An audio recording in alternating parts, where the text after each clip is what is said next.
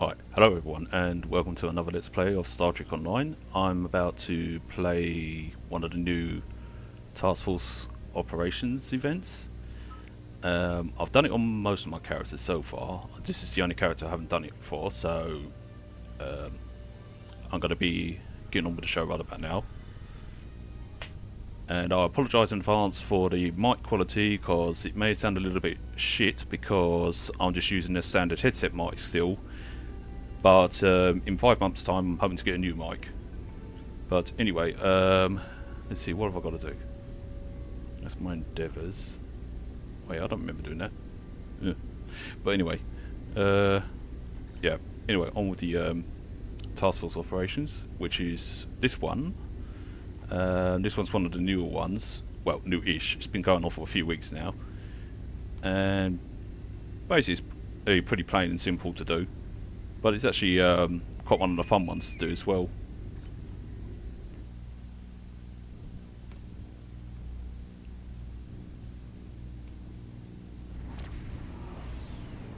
The Klingons have made a tactical error, and we intend to capitalize on it. The only thing between us... Whoops. I guess no one wants to hear the important part.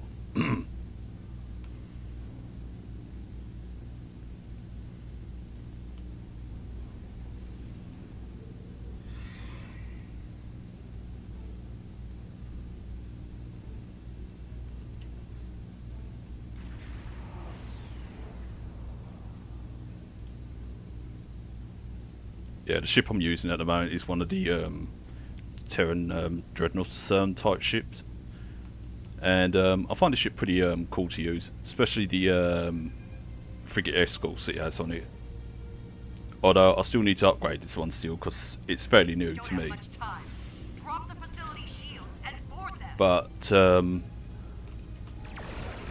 it's getting there slowly though. But the escorts that it has on it is pretty handy, especially for this mission as well. Because there is one part in the mission where you are ordered to shoot down enemy missiles to protect your transports, and basically it's not playing in like a short game of Missile Command, but on a different scale obviously. And the frigates come really handy when it comes to chasing down the missiles and actually hitting them, especially if you've got a slow ship like this or something like that.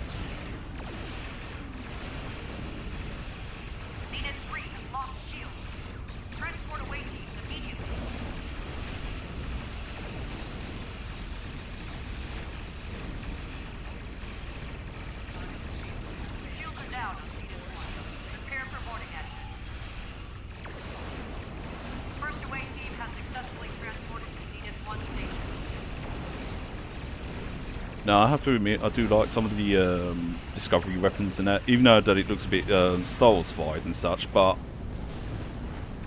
I think that's probably the reason why I probably like them, probably because it has that kind of light feeling to it, but in a more Star Trek-y way.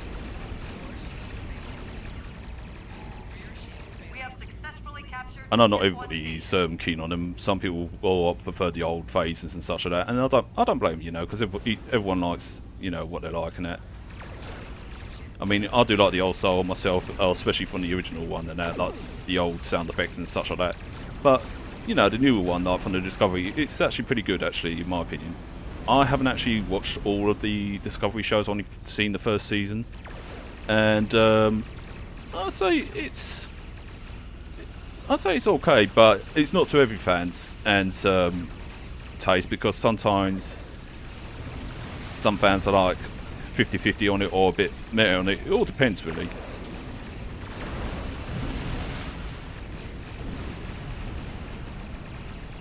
In my opinion, if I was to, like I said before, if I was to say which of my preferable Star Treks I would rather watch, I would say from Next Generation to Deep Space Nine. I mean, don't get me wrong, I do like the others and such like that, but those two have always been my favourite.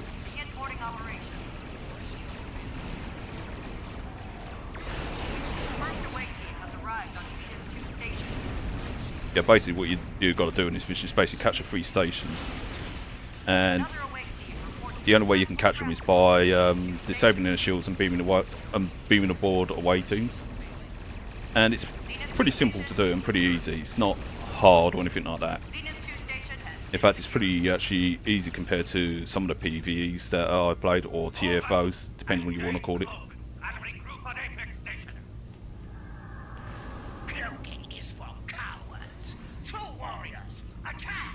The only nitpick I got for this is probably the voice of the Klingons. I find the voice of the Klingons a bit too, I don't know, a bit too not right.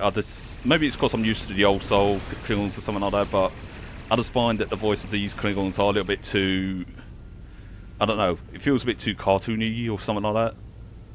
Like something you would get from a Scooby-Doo thing or something like that, you know, like with a cheesy villain. Not that I mind cheesiness or anything like that, but it's just a little nitpick. Each transport will warp in, beam troops to the surface, and then warp back. The Klingons have several anti-ship. Well, this is the part where you have to basically shoot down enemy missiles. So it's like playing Missile Command in some way. And yes, I've noticed I use the word basically a lot and such, which I am trying to actually tone down on.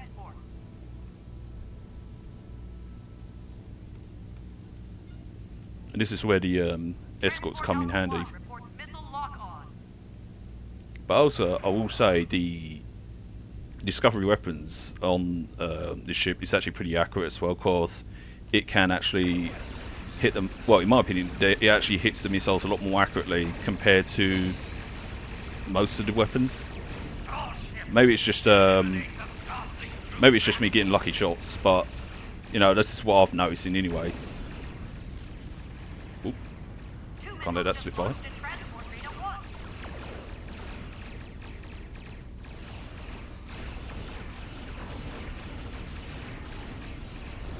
Oh, it's good to have a little bit of backup there.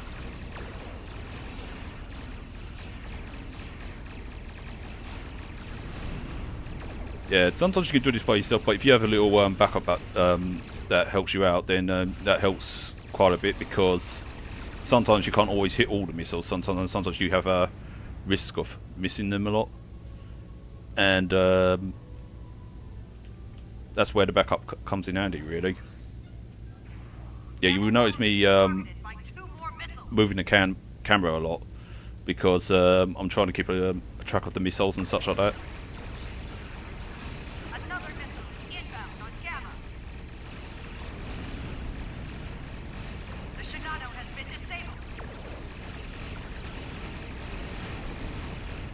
But, oop, can't let that escape.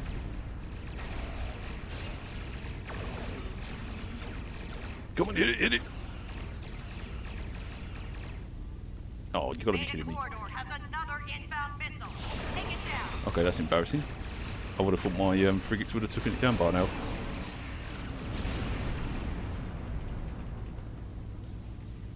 Oh, that would help. I forgot to set it to attack my target. That would have helped. So my bad there.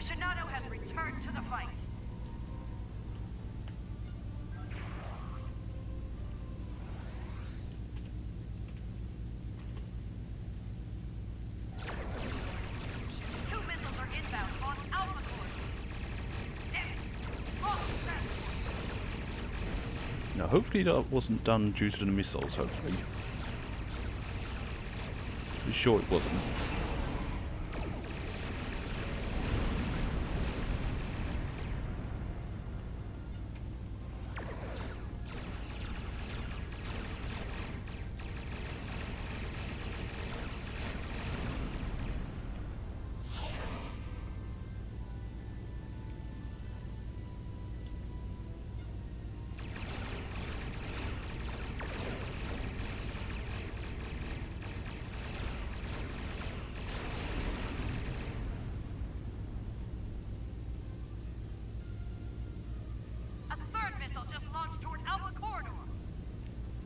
Yeah, you can tell I'm concentrating because I went into quiet mode there. But yeah, like I said, this mission is pretty simple and straightforward. It is pretty easy. I mean, alright, it's not essentially that you've got to protect every single transport on that, but it's like a challenge really in some way. Destroy the missile.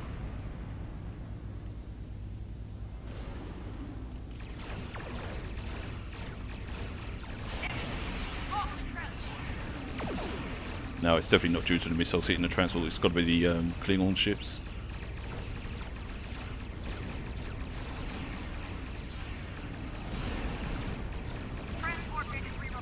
Now, I will admit, I do like the designs of some of the Discovery ships and such. Not all of them, but some of them. I mean, this one, for example, is that I'm using is, I think it's a pretty good design, really, because, you know, it gives it that Terran feel that they used technology from other races, or should I say, stole it from other races and such. So, yeah, it's a pretty good ship. Slow, but it is pretty good. Especially its universal console that it has as well. Now, where am I going? Oh, better step on the brakes. Oh, there he is.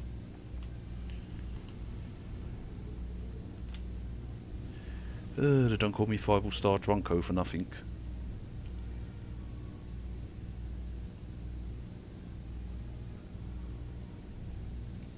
The security forces of land transport clear the zone of all remaining Klingon vessels. Disable them. Once they're down, tow them back to the Starfleet command leaves the occupants couldn't. Yeah, I'm skipping most of the talk and that because I basically know what to do and such that. But basically, what you've got to do here is basically take out the Klingon transports, or should I say disable them, and tow them back in to your fleet. Defend our transports as we withdraw!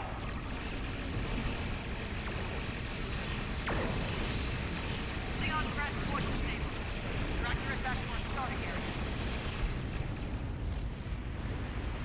Disable and capture the Klingon transport.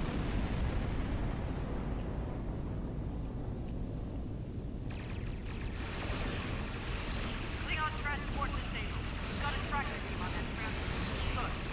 Tow it back to the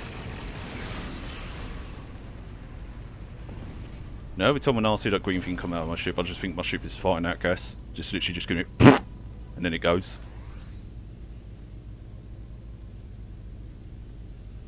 Maybe that's what my ship is powered up by. Forget warp cores and all that lot. No, sorry, forget delivering crystals and all that lot. It's powered by firepower.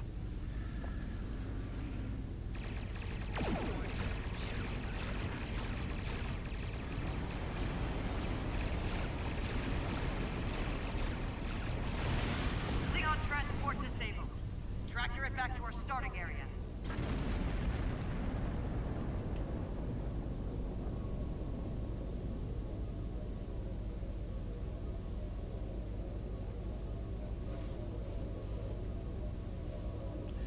Yeah, this is the only trouble when you have a slow ship. It takes longer to tow things back.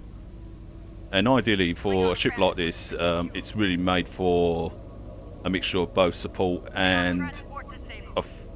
defensive, really, rather than, you know, like rather than offensive stuff or for doing quick things like this. But sometimes some people will be able to make ships of this size fly real quickly. I mean, I know one person on here, and she's got herself the Vengeance class starship, and she has really made her starship very powerful, but also made it very speedy. And she's a science class as well. She is the person who uses the Vengeance class, and for a science class person, she really knows how to make her ship uber powerful and really knows how to make it fast. And then it's insanely fast, and it's like, how the hell does she do that and that? And I even asked her herself, and she tells me and such. And it's like, wow. So it's something I've got to learn still. But at the same time, I am experimenting with different things. And that's the best thing to do in this game. If you've got like the spare character slots or something like that, it's always good to experiment in this game. Or even if you ain't got the spare character slots, you know, just take the advantage of the 5 character slots and experiment with what you can, you know. You don't always have to follow the law or anything like that of how the game works, and that you can do it your way, and sometimes it turns out for the better sometimes. But I do recommend looking up tutorials on YouTube, and even listening to some of the other players' advices. I mean, good players, not the trolly types, because you do get some trolls in here that will troll you and that, but not all of them are like that. But you've got some, well, a lot of the players on this are quite decent players and will actually help.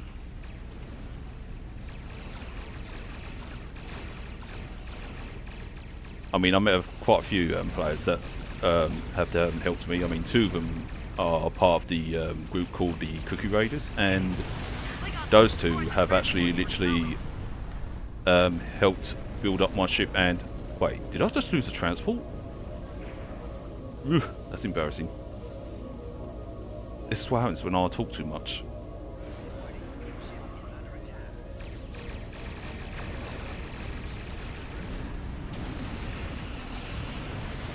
But yeah, it's thanks to those 2 people that I managed to got build up to the good status that I'm at now.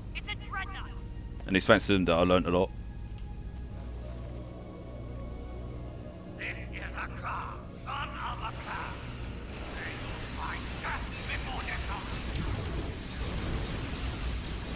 Now I will say for a Dreadnought that is quite small, but at the same time I had to remember, like I was told by someone on this game, that back in the 23rd century and such, the Dreadnought classes were meant to be like basically heavy duty cruisers really, and they were actually no bigger than that, so they weren't like as huge as this ship is and such like that.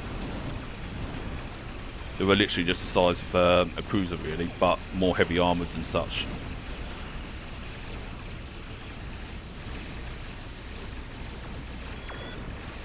But still, when I look at the Dreadnought on there and then compare it to mine, I was like, huh, that's not a Dreadnought, this is a Dreadnought.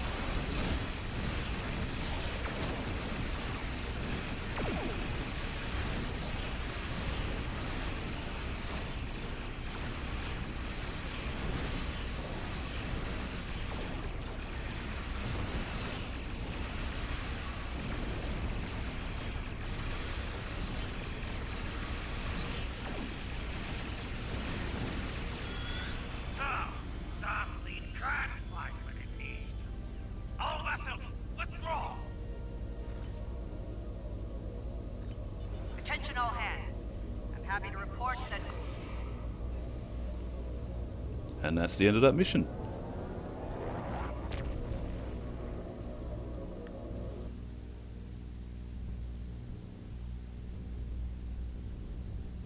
Now I would actually continue recording more and actually showing about doing all the endeavours and such, but it would take me too long. So what I'm going to do, I'm going to end the video here, and hopefully you enjoyed that, and I look forward to doing the next video. Until then, you all take it easy and peace out.